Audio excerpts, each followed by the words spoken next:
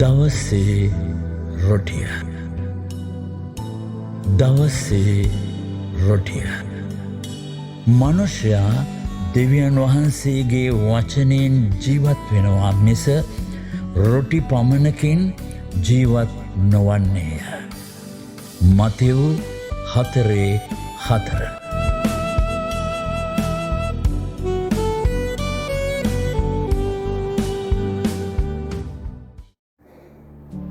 අත්තිකා ගසට සාප කළේ ඇයි? අත්තිකා ගසට සාප කළේ ඇයි?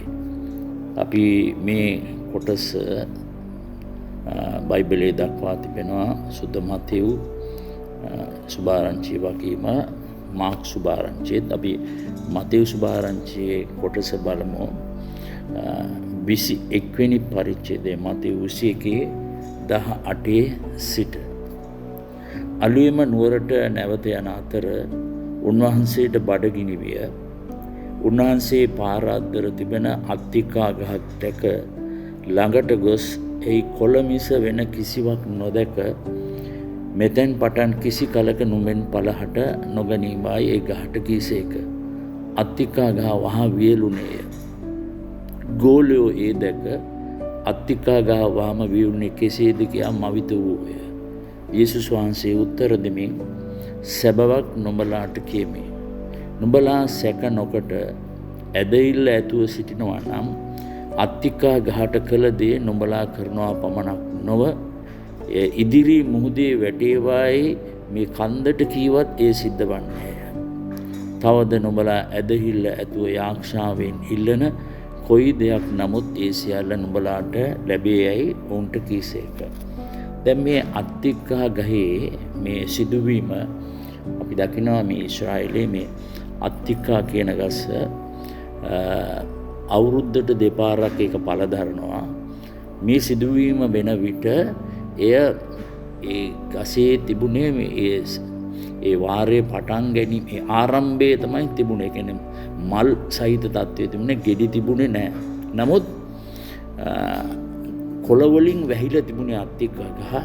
ඒ කොළවලින් වැහිලා තිබ්බ නිසා ඒක පළබරව තිබුණු බව තමයි ඈතට පෙවුනේ. නමුත් ළඟට ගියාම තමයි දැක්කේ ඒකේ ගෙඩි මුකුත් නැහැ.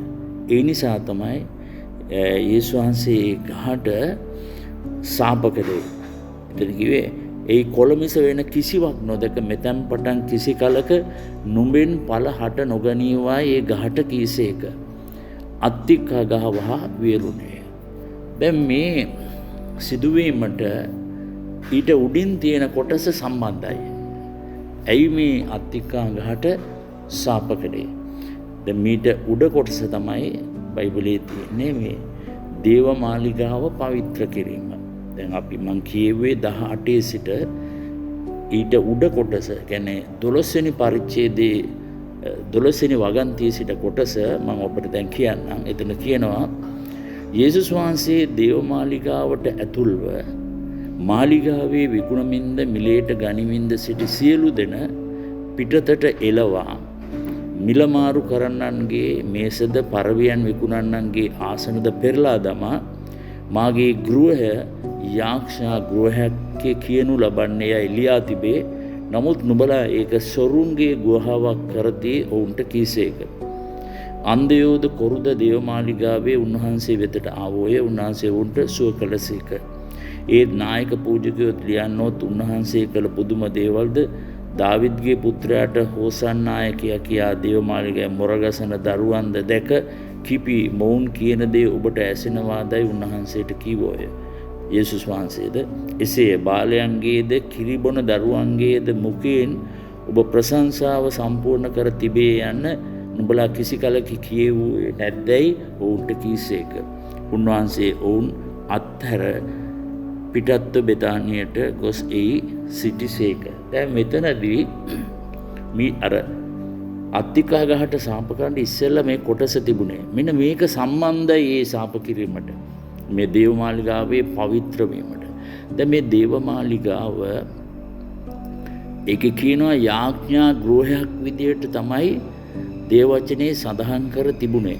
දැන් යෙසායා පොතේ 56 එතන කියනවා 7 වෙනි පදයේ යෙසායා 56:7 මාගේ සුද්ධ කන්දට පමුණුවා මාගේ යාක්ෂා ගෘහෙහි ඔවුන් ප්‍රීතිවන්ට සලස්වන්නෙමි. ඔවුන්ගේ දවන පූජා සහ යාග මාගේ පූජාසනයේ පිට පිළිගනු ලබන්නේය. මක්නිසාද මාගේ ගෘහය සියලු ජනයන්ට යාඥා ගෘහයක් යයි කියන සියලු ජනයන්ට යාඥා ගෘහයක් යයි කියනු ලබන්නේ. එතකොට සියලු ජනයන්ට කැපවෙච්ච යාඥා ගෘහයක් තමයි දේවමාලිගාව. මේක මේ යුදෙව් සෙනග අපවිත්‍ර කරමින් සිටියා. එතකොට ඒක පවිත්‍ර කිරීමක් තමයි මෙතන සිද්ධ වුණේ. මොකද දැන් දේවමාලිගාවේ පිටමළුව වෙන් කරලා තිබුණේ අන්‍ය ජාතීන්ට. දැන් අන්‍ය ජාතීන් වැඳ නමස්කාර කරන්නට එන තැන තමයි මේ පිටමළුව. මේ පිටමළුවේ තමයි ඔවුන්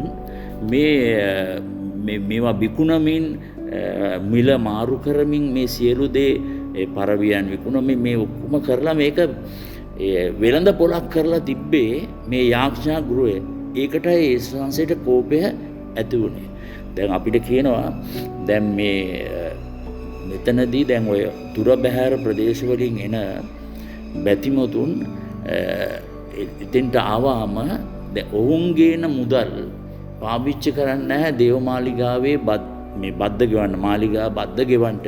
එතකොට එතන තියෙන වෙනම මිල මුදල් ක්‍රමයක්. එතකොට ඔවුන් ගේන මුදල් ඒ බද්ද ගෙවන මුදලට මාරු කරන්න ඕන. ඒ මාරු කරන අවස්ථාවේදී ඔවුන් ඉතා වැඩිපුර මුදල් අය කරමින් ඉතාම වැරදි සහගත ලෙස මේ ක්‍රියාවන් මෙතනදී කළා. ඉතින් මේ ඒකට තමයි මේ යේසුස් වහන්සේ කෝප සහගතව එතන අර ඒ මාලිගාවේ විකුණමින්ද මිලයට ගෙන සිට සියලු දෙනා පිටතටව මිල මාරු කරගෙන මේසද පරවියන් නුකුරන්ගේ ආස පෙරලා දෙමෝගුවේ. ඇයි මේක යාක්ෂා ගෘහය. මේක වෙන් කරලා තිබුණේ පිටමළුව වෙන් කරලා තිබුණේ අන්‍ය ජාතිකින්ට වැඳ නමස්කාර. මෙතන පෙන්නුවේ මේ යුදෙව් සෙනගයේ තිබිච්ච කුහකකම. ඒ කියන්නේ ඔවුන්ට මේ වැඳ නමස්කාර කරන්න ඇතුළ මළුව තියෙනවා. නමුත් මේ පිටමළුව අන්‍ය ජාතිකින්ට තිබිච්ච දේ ඔවුන් පාවිච්චි කළා වැරදි දෙයට. එතන අපවිත්‍ර කරන තත්වයකට ගෙනාවා.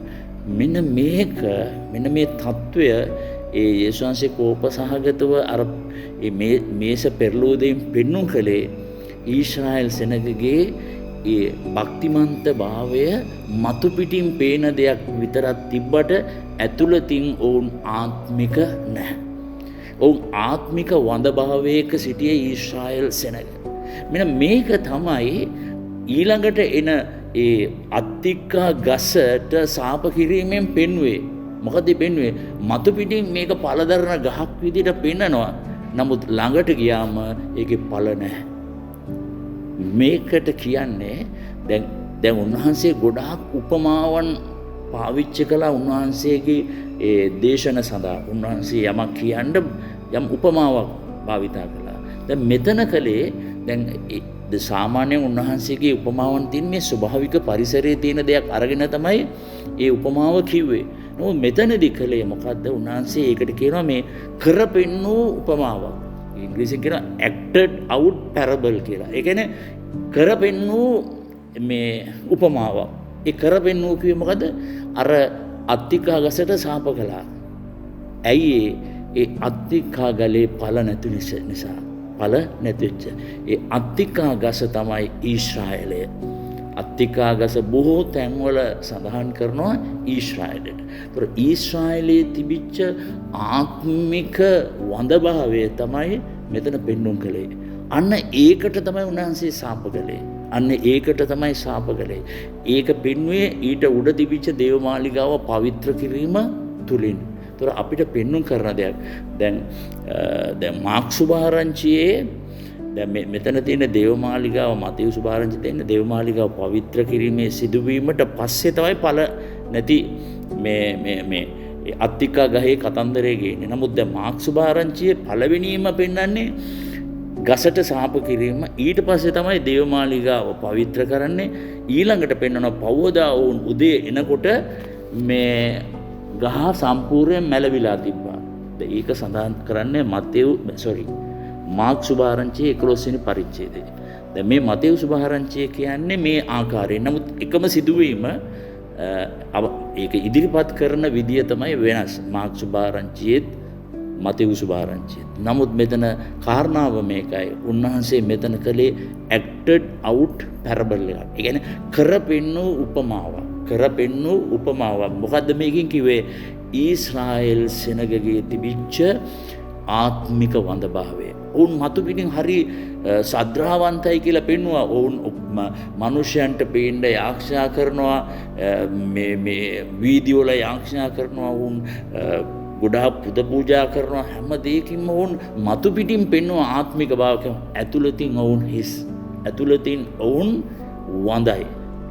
ඒ නිසා තමයි මේ පිටමළුව පාවිච්චි කළේ අන්‍ය ජාතිකයින්ට. යේසුස් වහන්සේ කිව්වේ මොකද්ද? මාගේ මේ යාක්ෂාකුවේ සියලු ජාතීන් උදෙසා තියෙන්නේ. නමුත් මොවුන් අර අන්‍ය ජාතිකයින්ට වෙන් වෙච්ච කොටසේ තමයි උන්ගේ වෙළඳාම් කටයුතු කළේ. මොකද උන්ගේ කුහකකමේ පෙන්වුවේ. අර අන්‍ය ජාතිකයින්ට වැඳ නමස්කාර කරන තැන අපවිත්‍ර කළා.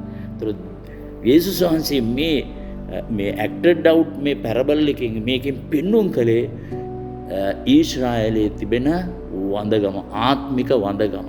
මේක අපිට දෙන ආදර්ශයක්. මේ අපිට දෙන ඉගැන්වීම. මොකද අපි මතු පිටින් ආගමික ස්වරූපයෙන් හිටියට අපි ආත්මිකව හිස්නම් වඳනම් ඒක ප්‍රතිඵල රහිතයි. අපි ආත්මිකව පළදරන සෙනගක් වෙන්න ඕනේ. ඒක තමයි අද දවසේ අපිට කියන කතාව. අද දවසේ අපිට කියන්නේ අපි ඇදහිල්ලෙන් මේ දේ කරන්න ඕන. අපි ඇතුළතින් අපි ආත්මිකව සිටින්න ඕන. අපි මතු පිටින් කිතුණුව නොවේ වෙන්න ඕනේ. අපි ඇතුළතින් කිතුණුවන් බවට අපි පෙන්눔 කරන්න ඕන ක්‍රියාවෙන්. අපි ඇදහිල්ලෙන්. ඉතින් අද දවසේ අපිට දුන්න මේ පණිවිඩය ගැන ඔබ වහන්සේට ස්තුති වේවා ස්වාමිනේ. යේසුස් වහන්සේගේ නාමයෙන්. ආමේන්. දවසේ රොටිය.